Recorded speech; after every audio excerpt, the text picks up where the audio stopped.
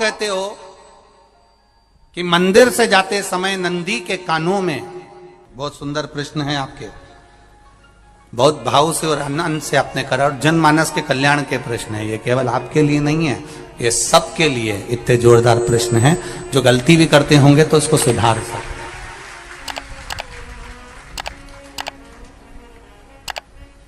आपने कहा कि नंदी के कानों में कहना चाहिए, लोग हंसते हैं, कहते हैं बताओ वो नंदी के कानों में भगवान को कहना चाहिए। वैसे तो हम आपको एक बात बता दें कि दुनिया के लोग किसी दूसरे धर्म की कभी हंसी नहीं उड़ाते। दुनिया के लोगों को दूसरे का धर्म अच्छा लगता है। दुनिया के लोग सबसे ज्यादा हंसी उड़ाते हैं तो हमारे सनातन धर्म की ही उड़ाते हैं, और जी खुद उड़ाते हैं, दूसरा उड़ाने वाला नहीं होता। दूर के ढोल हमें समझ में आते हैं, उसका धर्म हमें समझ में आ गया, उनके यहाँ क्या है, ऐसा है, आओ कुछ नहीं, उनके धर्म में ऐसा है, कितना आनंद हमें दूसरे के धर्म में लग रहा है, और हमारा सनातन धर्म हमको बुरा लगता है। हमारे सनातन धर्म हमें बुरा लगने लगा। अरे भाई, लोग कहते हैं कि नंदी के कान में कहते हो, ये कोई हमारे पुराणों में या शास्त्रों में लिखा है? भगवती बहन साहू, आपको धन्यवाद देना चाहूंगा और एक बात कहना चाहूंगा, जितनी भी शिव महापुराण के अंतर्गत चाहे उपाय जो बताए जाते हैं कि बेलपत्री ऐसे चढ़ाना, काली मिर्च ऐसे चढ़ाना, चावल ऐसे चढ़ाना, धतूरा का क्या महत्व है, शमी के पत्ते का क्या महत्व है, बेलपत्री के पत्ते का क्या महत्व है, ये जितनी भी बातें बताई जाती हैं ये सब पुराण के अंतर्गत से बताई जाती है। अब दुनिया के लोग इसको चाहे टोटका कह दें, चाहे दुनिया के लोग इसे टोना कह दें, पर पुराण से हटकर कुछ नहीं। और आप लोगों को अगर बोला है कि नंदी के कान में कहकर भगवान शंकर के मन में बात पहुंचे, तो ये क्यों कहा, तो ये भी हमारी शिव महापुराण में लिखा है, जलंधर के चरित्र में। कोई आपसे कहे कि नंदी के कान में बोलने से क्या होता है, ये जलंधर का चरित्र कह रहा है। मां पार्वती जी का हस्त कमल पकड़कर जलंधर लेकर जाने लगा।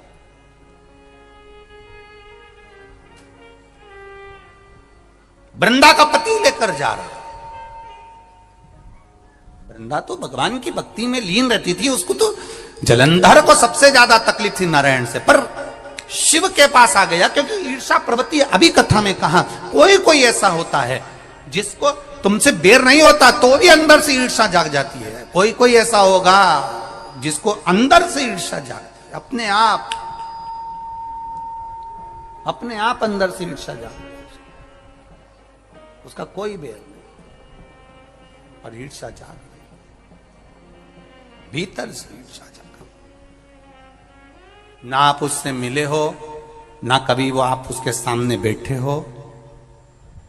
कई लोग किसी ना किसी की बुराई करते हैं तो हम लोग पूछ भी लेते हैं, क्यों साहब उनसे मिलकर आए हो क्या तुम? कभी नहीं मिल किया, कभी उनका सामना हुआ नहीं हुआ, तो फिर बुराई क्यों कर रहा? एक ने कर दी थी इसलिए हमारे ध्यान में था तो हमने भी कर दी। लो, वो कुआं में डूब के मरेगा तो तू भी मरेगा का? नहीं। नंदी सामने बैठा है, गणेश जी को मालूम पड़ गया, कार्तिकेय को मालूम पड़ गया, मां पार्वती जी का हस्त कमल जलंधर ने पकड़ लिया और लेकर चला। मालूम पड़ गया, तब नहीं रहा गया। गणेश जी को क्रोध आ गया और गणेश जी महाराज आए, शिव जी को जगाने लगे, पिताजी पिताजी पिताजी कर कर जगाया, उठो पिताजी, पिताजी उठिए, पिताजी जागिए, पिता को जगा रहे हैं। भगवान शंकर नहीं उठे, तप में लीन थे। क्या करें हम? जलंधर के पास में इतना बल है, इतना बल है, और पिता की आज्ञा नहीं होगी तो हम कैसे मार देंगे इसको? मारने को तो हम मार दें। मां ने आज्ञा करी थी कि जलंधर उसको तारकासुर को मार दो, तो कार्तिकेय ने तारकासुर को मार दिया। शिव जी की आज्ञा नहीं तो हम इसको कैसे मारें? क्या करें?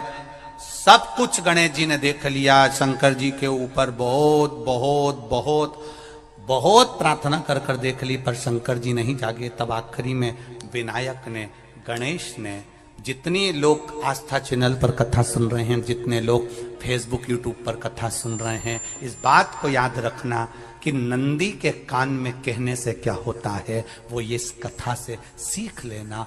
आखिरी में गणेश जी को लगा किसको कहूं, शंकर जी भी तप में है, नंदी भी तप में है, मैं किसको कहूं?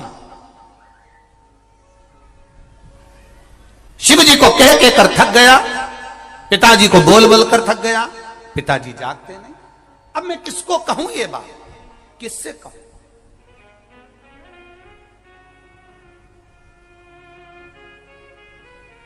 विनायक गए सीधे अब नंदी के पास में। नंदी भी तप में लीन थे, शंकर जी की ओर मुख था, शंकर जी की ओर मुख था। गए और जाकर तुरंत विनायक ने नंदी के कानों में जाकर कहा, नंदीश्वर,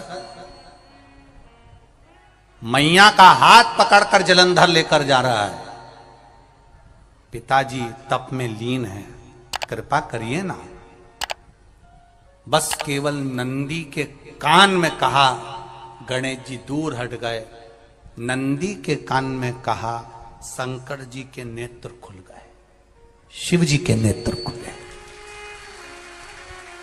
ध्यान देना जरा, इस शिव महापुराण की, आशुतोष शिव महापुराण की कथा, जो कथा यहां कही जा रही है, यह कथा पहले के चरित्रों में सुनने को नहीं मिली होगी। जरा ध्यान देना इस संवाद पर, जितने लोग आस्था चैनल पर, जितने फेसबुक यूट्यूब पर सुन रहे हैं। सनातन धर्म की हंसी उड़ाने वाले कह देते हैं नंदी के कान में कहने से क्या होता है, नंदी के सामने जाकर बोलने से क्या होता है, नंदी के पास बैठकर बोलने से क्या होता है, नंदी के पास बैठकर शंकर जी का मात्र दीदार करने से क्या होता है, दर्शन करने से क्या होता है। वो अच्छे से समझ लेना, जो लोग सनातन धर्म पर उंगलियां उठाते हैं वो अच्छे से समझ ले इस बात को।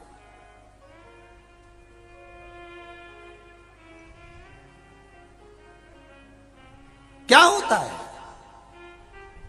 नंदी तप में लीन, शिवजी तप में लीन, शिव नहीं उठ रहे। विनायक ने नंदी के कानों में जाकर कर दिया, नंदी के कान में जाकर कहा, नंदी के नेत्र नहीं खुले। नेत्र किसके खुले? जम के बोलो, महादेव के खुले हैं, शिव जी के खुले हैं। ये मन का तार, नंदी शंकर की आराधना कर रहे थे, शिव अपनी भक्ति में डूबे थे। यहां कहा, यहां पहुंचा, जो दिल में था उस तक बात पहुंच गई। नंदी के दिल में शिव थे, तुम कहे, नंदी ने शंकर तक बात पहुंचा दी। वो सूत्र जो बंधा था दिल से दिल तक का, वो पहुंच गया। वो सूत्र जो दिल से दिल तक बंधा हुआ था, मन से बंधा हुआ था, खबर वहां तक पहुंच गई, खबर पहुंच गई। उसको जानो, लुटाइए, ये मौका मिला है आनंद का, दिल से प्रेम लुटाओ। नंदी से कहा, नंदी ने देवादिदेव महादेव से नहीं कहा। केवल नंदी आंख बंद कर कर बैठे थे, कहते से ही भगवान गणेश के शब्द शिव जी तक पहुंच गए। शिव जी के नेत्र खुल गए और उन्होंने जलंधर के पास पहुंचकर पार्वती जी का हस्त कमल छुड़वाया। जरा विचार करिएगा, आप नंदी से कहते हो मेरे महादेव तक बात पहुंच जाती है, आपको केवल नंदी से प्रेम से कहना है, नंदीश्वर मेरे बाबा, ए मेरे बाबा, आप रोज शिव जी को लेकर भ्रमण पर निकलते हो, मुझे बहुत दुख है, आप मेरे दुख को मिटाने के लिए मेरे दरवाजे पर क्यों नहीं आते?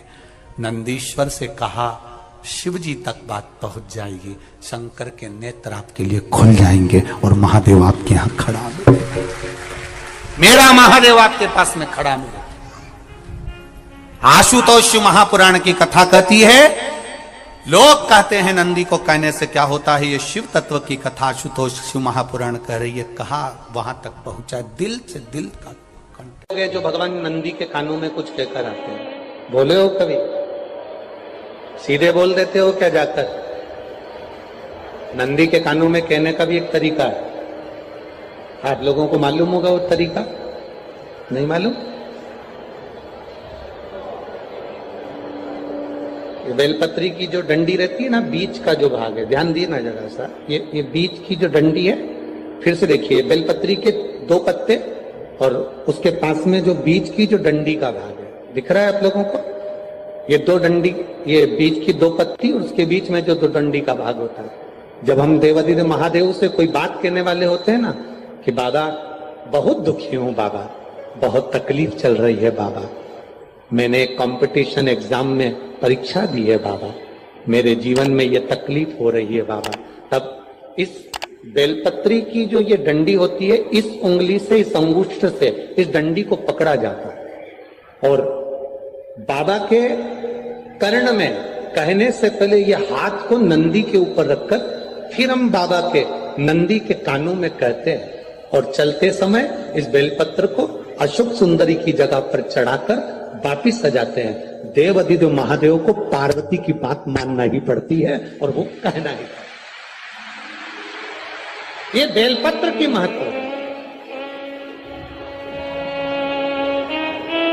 ये जितना फल एक बेलपत्र की पत्ती में, उतना की उतना फल हम आपसे फिर कहेंगे। कभी मौका मिल जाए जिंदगी में, कभी तुम्हारे जीवन में अगर मौका मिले और कहीं बेलपत्री का वृक्ष मिल जाए जिसकी छांव तुम्हारे ऊपर पड़ रही हो, तुम्हारे ऊपर अगर बेलपत्री की छांव पड़ रही हो, उसके नीचे बैठकर कभी मौका मिले, एक बेलपत्री का पत्ता मात्र रखकर आप शिव जी का नाम लेकर जल भी अगर समर्पित कर रहे हो ना, तो वो 12 ज्योतिर्लिंग को जल चढ़ाने के बराबर फल प्रदान कर। एक बेलपत्री का पत्ता, एक बेलपत्री का वृक्ष, एक बेलपत्री के वृक्ष की छांव हमारे जीवन को कृतार्थ कर देती है, धन्य कर देती है, कृतार्थ। कभी भी शंकर के मंदिर में जाओ, शिव जी का पूजन कर जब वापिस आओ, तो शंकर भगवान के मंदिर में जो बाहर नंदी बैठता है, उसके कानों में ओम नमः शिवाय बोलकर अपने मन की कामना उसके कानों में बोलकर आप आ जाइए, आपकी कामना 3 महीने में पूरी हो जाती है। नंदी के ईश्वर भगवान का स्मरण करिए। अगर 7 बेलपत्र आप शंकर को समर्पित करते हो तो 1 बेलपत्र नंदी भगवान पर भी जबरदस्त अवश्य समर्पित करो। नंदीश्वर भगवान शिव को समर्पित, 1 बेलपत्र नंदी के ईश्वर की ओर चढ़े। और बहुत ध्यान दीजिए महाराज, अगर कोई काम अटक रहा है, नहीं हो रहा, बहुत प्रयास करा, तो भगवान शंकर के मंदिर में 5 बेलपत्र चढ़ाइए। और शंकर भगवान की जो छोटी लड़की है अशोक सुंदरी, आपको बताया था ना अशोक सुंदरी का स्थान, भगवान शंकर की 6 लड़कियां हैं, उसमें से सबसे छोटी लड़की अशोक सुंदरी की जगह पर 1 बेलपत्र चढ़ाइए। फिर 1 बेलपत्र नंदीकेश्वर पर चढ़ाइए और नंदीकेश्वर पर चढ़ाने के बाद भगवान शंकर के मंदिर के बाहर चौखट पर दिया लगा दीजिए साइड में, और फिर अपने घर पर आ जाइए, आपका कार्य सफल होना प्रारंभ हो जाएगा। नंदीकेश्वर भगवान नंदीकेश्वर का स्मरण कर लेने पर जीव आनंद सुख की अनुभूति करता है, आनंद सुख को पाता। भगवान नंदीकेश्वर का पूरी दुनिया में केवल एक केदारनाथ ही एक ऐसा है जहां पर ओम कुंड विराजमान है। कौन सा कुंड है वहां पर? ओम कुंड। जो बच्चा हकलाता है, तोतला बोलता है या गूंगा होता है, जिसकी वाणी नहीं होती, वो अगर ओम कुंड पर जाकर ओम बोलने का प्रयास करता है तो जितनी देर तक उसके मुंह से घुंड की आवाज निकलती है, उतनी देर तक ओम कुंड में से पानी का बुलबुला निकलता रहता है। और 7 या 8 बार बोलने से व्यक्ति हकलाना छोड़ देता है, तोतला बोलना छोड़ देता है और उसकी वाणी आ जाती है। वो ओम कुंड केदारनाथ जी में बसता है। कहां बसता है?